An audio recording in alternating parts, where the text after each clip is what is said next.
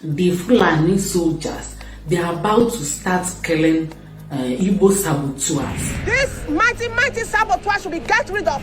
The Eastern governors have sold you. It is not even fighting against the enemy. It is now fighting and killing our own people. But one thing that they have been successful with is their disinformation campaign.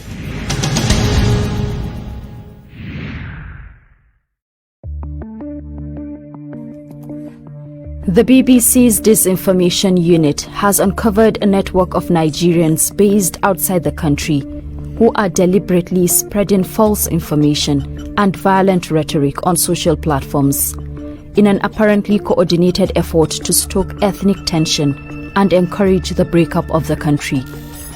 The investigation reveals what's being described as a troll farm operating across Europe, the United States, Asia and other African countries, using social media to fuel religious, political and ethnic unrest and encourage violent, even murderous acts. Let's go after the saboteurs in our midst. This is Ife Uwanugo, also known as Omote Biafra. She is a Nigerian based in Italy with 40,000 followers on Facebook. She is part of a group called the Indigenous People of Biafra, known as ipob. ipob are a separatist group who want to create a country called Biafra from southeast Nigeria. The Nigerian government has banned ipob and designated it a terror group. Here, the self-proclaimed media warrior is calling out traditional rulers, members of the clergy and government officials in the southeast. She is accusing them of colluding with the Nigerian government, who she sees as the enemy, and calling on her followers to take action against them. Go after this mighty saboteurs. Leave all this saboteur ticket. Go with the mighty saboteur. Go after those ones. Those are the people that need to be beheaded. Those are the people that need to be burnt to ashes. Those are the people, their houses need to be invaded. Like Efe Nneka Igwenagu also aggressively stokes existing ethnic tension from outside Nigeria.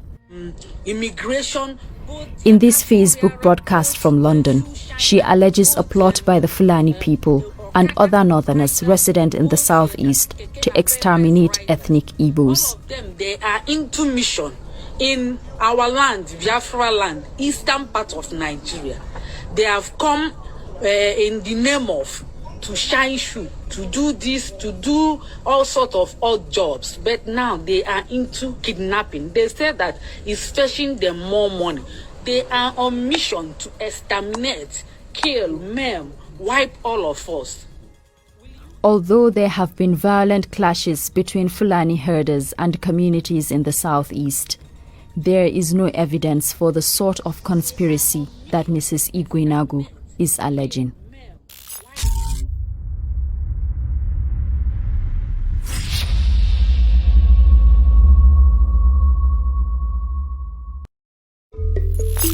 The self-proclaimed Republic of Biafra broke away from the Nigerian state in 1967 following the Araba riots, in which thousands of southeasterners living in the north of the country were killed. Biafra was made up of states from the southeast of the country, where the Igbo ethnic group is predominant. The withdrawal of the region from Nigeria led to a civil war that lasted almost 3 years and claimed more than 1 million lives, mostly on the separatist side. It ended in January 1970, with Nigeria promising to pursue a policy of reconciliation, reconstruction and rehabilitation, which some from the region say never happened.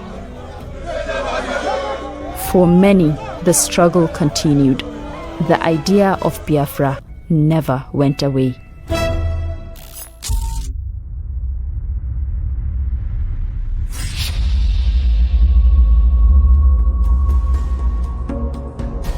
Nobody born of man or woman. In 2013, the recently formed Indigenous People of Biafra, ipob, led by Nnamdi Kanu, began broadcasts on Radio Biafra, calling again for a movement to gain independence from Nigeria.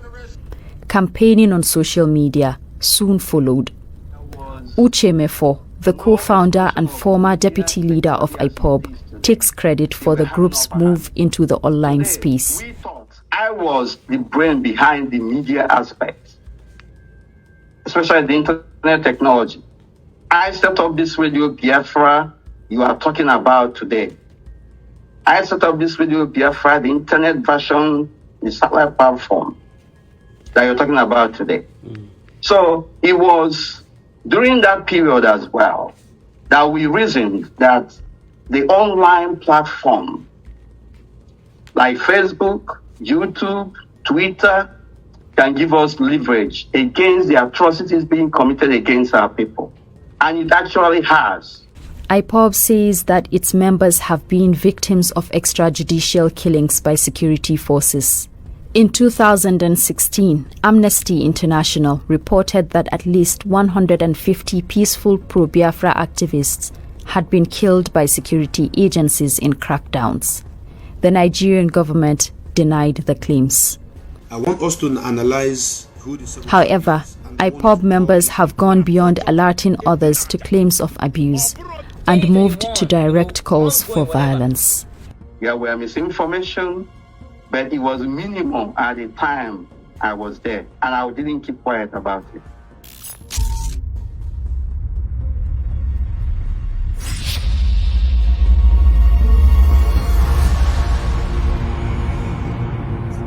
In Nigeria, internet penetration is high and data is relatively cheap, providing a ready audience for those wanting to spread disinformation. There is clearly an appetite for this violent rhetoric. Some ipob media warriors have as many as 100,000 followers on Facebook.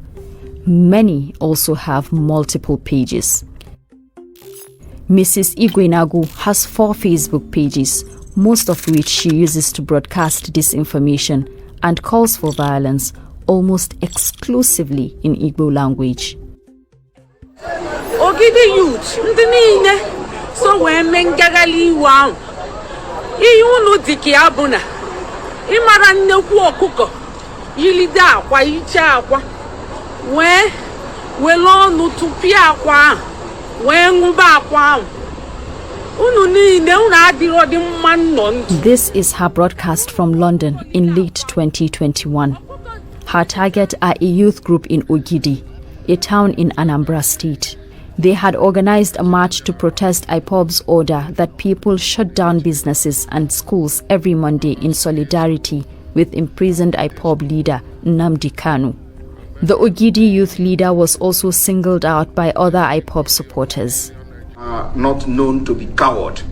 Ogidi. Here is Finland-based lawyer Simon Ekpa, who has thousands of followers. Whoever the president of the youth of Ogidi, whoever he is, wherever he's coming from, and whoever that is paying him to bring pump action, and start walking on the street, they should retract immediately.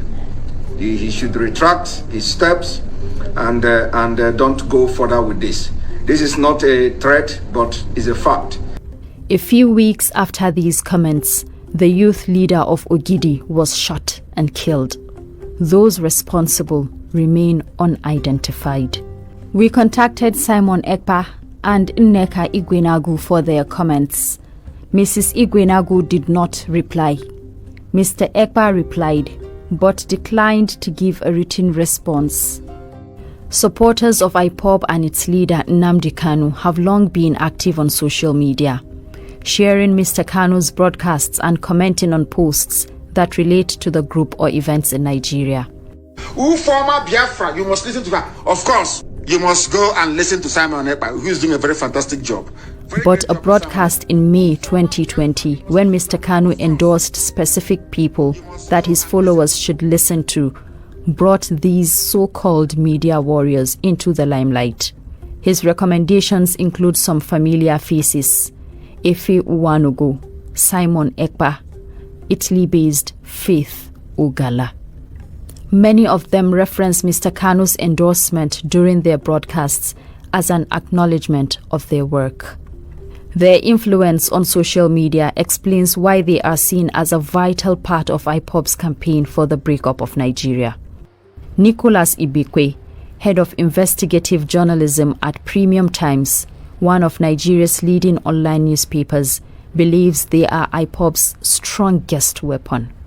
There is no doubt in my mind that IPOB has an organized troll farm, perhaps one of their strongest weapons. It's not about their, the whole armed struggle have been unsuccessful. One thing that they have been successful with is their disinformation campaign. And in fact, they started off with disinformation. Now, those radio broadcasts Nnamdi Kanu was doing then were steeped in disinformation. This misinformation came from the top. You understand? So other people started learning from Nnamdi. As an apprentice, you'll be looking up to your master. One particular target of IPOB's disinformation effort is the Fulani, one of the largest ethnic groups in West Africa. Many Fulani, who are predominantly Muslim, still follow the nomadic cattle herding culture of their ancestors, which brings them into regular conflict with farming communities in several West African countries. However, in Nigeria, tensions have escalated. Over the last decade, there has been an upsurge in attacks and kidnappings across the country, blamed on nomadic Fulani herders. The Global Terrorism Index attributed more than 1,300 deaths to Fulani extremists between 2018 and 2019. However, many Fulani have died in the cycle of revenge killings. Their leaders say they are being attacked by gangs from farming communities who try to steal their cattle, and that they are just defending themselves. Nigeria's President Muhammadu Buhari is Fulani himself. There are claims his government has been too lenient towards criminal acts committed by some Fulani, which has emboldened many perpetrators. President Buhari denies these claims, calling them unfair. This investigation has seen how these attacks have been weaponized as part of IPOB's disinformation campaigns and painted as part of a grand conspiracy to subjugate and Islamize the South. The IPOB has this thing with cattle because they believe the Hausa Fulani are going to farm, all kinds of propaganda. Some of these things, there might be truth in some of these allegations of herdsmen destroying farms. There's no doubt herdsmen were destroying farms and all of that. But then I came up with a story of, they were also raping our women. There might be some truth in that. But IPOB took it several notches and made it like a rhetoric and made it like an anthem. So any attack, even if it's not remotely connected to the Hausa Fulani, they blame it on Hausa Fulani. The leader of Miyetti Allah Kautal Hore, a group fighting for the welfare of the Fulani in Nigeria, told the BBC that many allegations against the Fulani are being fabricated for political reasons, and that they are unfairly being blamed for rapes and kidnappings in areas where they are not even present. But the anti-Fulani disinformation effort extends beyond the herders themselves to ethnic Igbo officials and traditional rulers who live in the southeast. Government workers, politicians and police have all been accused on social platforms of collaborating with the Fulani against other Nigerians. IPOB leader Nnamdi Kanu has called for security officers to be killed. Kill them. If you see the army and the police in your village, kill all of them. Any vehicle you see from tonight, 12 midnight to 5, destroy it completely. This is from his Facebook live broadcast on April 22, 2021. This sentiment continues to be echoed by his followers across social media. They call the security services and traditional rulers saboteurs or sabos, a slur word revived from the days of the Civil War that, when used then, as now, was often a death sentence. Last December, 2 traditional rulers in Imo State were kidnapped from their palaces and taken to a camp where they were tagged saboteurs to the Biafran cause and tortured. One of them was killed. The video of the torture of the traditional rulers was obtained by the Nigerian police officers who raided the camp of the kidnappers. It is too graphic to be shown on screen. Sarah Ezi, a police officer at the start of her career. For safety, we have changed her name. One morning in early 2021, she was on duty as a prison guard at a correctional facility in the southeast of Nigeria. Sarah's duty that day was to transport prisoners, but the vehicle she and her colleagues were traveling in was ambushed. Armed men killed Sarah and took her gun. Over a year later, her family is still trying to come to terms with her murder. Kemgbe m na nwatakịrị a tawara ahụhụ, ndị a hafuru anyị wee nwụọ. Chineke mere m amara ewere aha ya si ka etinye n'ọrụ polisi. Ebe obi ya na-akwụ ụgwọ ụlọ, eme everything, achọ ihe ọ na-eri. Bịa ka nọkọtaziri, hey Chineke nna.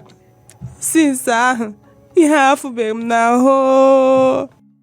The Nigerian government blames ipob for the murder of hundreds of security officials as well as civilians. ipob denies involvement, insisting it is agitating for separation from Nigeria through peaceful means.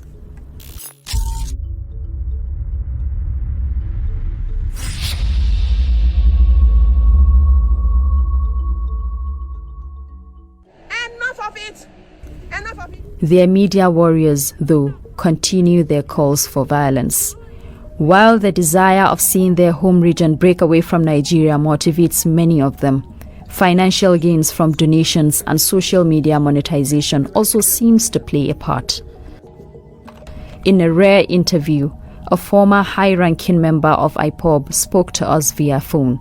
He told us how the group says it pays people to spread violent rhetoric and disinformation against the Nigerian government. Whereas media lost who their first priority of the operation should have been countering some fake false information about us. But then, soon, Nnamdi Kanu discovered that the activities is making move from his own shenanigans. And so they decide to a little bit modify their modus operandi. They bought thousands of laptops. So most of those people you see on social media actually responded from COVID. That is one group. And then you have those of us in Nigeria here. What they do is they pay you money to recharge your account. They buy data for you. They are everywhere in Nigeria. Of course, there is unemployment, and somebody who can receive an Android phone of 70 to 100,000, maybe a laptop of 400,000 or thereabouts, they will do your video. So they are paid, they are encouraged, there is a lot of benefit to it, and most of them feel they are fighting for their father's nation without knowing that they are being used.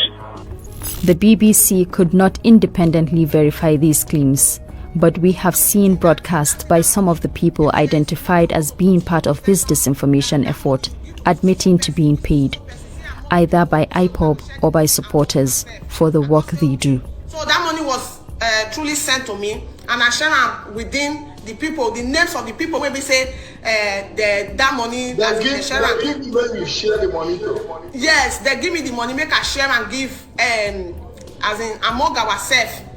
We contacted ipob leadership with our findings from this investigation. The leadership replied, but did not provide a response. We contacted all of the media warriors featured in this story to ask for their comments, but had no response. Meanwhile, on the ground, people struggle to come to terms with the violence their broadcasts have called for. In the first 3 months of this year, more than 30 police officers, soldiers, customs officers, and civilians have been killed by unknown gunmen in the southeast region.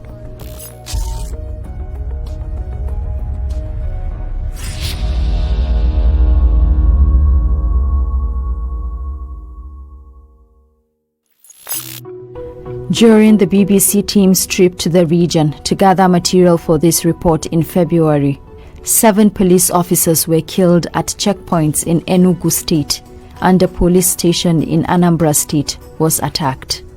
And still, the disinformation and calls to violence continue. But how is that happening? Social media companies insist hate speech and harmful disinformation are against their community guidelines and actively work to remove it. The BBC team investigating these pages found that Meta, Facebook's parent company, had in fact issued warnings to some of them. But the disinformation spreaders have learned how to beat the system by using local languages. Human moderation in local languages is limited, and the technology social media companies deploy also seems to find it hard to recognize breaches of its guidelines when not in English. If you speak to most disinformation experts, fact checkers, they will tell you that language is a problem. I mean, in Nigeria, you don't think about it. There are more than 200 languages. If tomorrow a particular section of Nigeria wanted to, fight a particular section, and they go into their language silos and ecosystem and things like that, echo chambers, you probably won't be able to pick it. And then let's say you get into WhatsApp, which is sort of end-to-end encrypted. How are you as a fact checker? How are you going to understand what is happening in that space? It will take you, somebody flagging it, then you now have to translate to English, understand the context, understand the dialect, understand the language, how it is said, before you can actually do anything about it. Okenna Okechukwu, also known as Biafran Child, is one of the media warriors, and he demonstrates this tactic when he calls for attacks on a known critic of ipob. Why I'm saying this in my downlet is because I don't want them to stop me. I don't want them to block me. I don't want them to block me on this page. But what I'm trying to tell you, for those of you that don't understand my downlet, ask people. Posts on Mr. Okechukwu's page claim he has received warning from Facebook. While this indicates that Facebook is doing something about disinformation, Nicholas Ibekwe believes that ipob and its adaptable troll army has found fertile ground on Facebook, and the social media platform should do more. What is Facebook doing? Why are those videos still up on Facebook? People come in and do Facebook broadcasts for hours, where they basically threaten people's lives, where they claim that they will kill so and so people, and they basically, one way or another, even, take responsibility for some killings that has happened. Why they do all those virtual signaling and call out and say all sort of on Facebook. And it seems Facebook has really gone to sleep, or Facebook does not think that this comments, this post that they do on Facebook have consequences. The BBC reported 2 of the numerous broadcasts identified as containing potentially harmful disinformation and outright call for attacks on people to Facebook. 3 different accounts reported the posts. They received the same statement, saying their technology reviewed the report and ultimately decided not to take it down. We reached out to Facebook again, querying this assessment. This was their response. Facebook took down the broadcasts on April 5th after the BBC sent links to them directly. A Meta spokesperson told the BBC that calling for violence was unacceptable. Meta also said the broadcasts reported by the BBC team were removed because they violated their policies.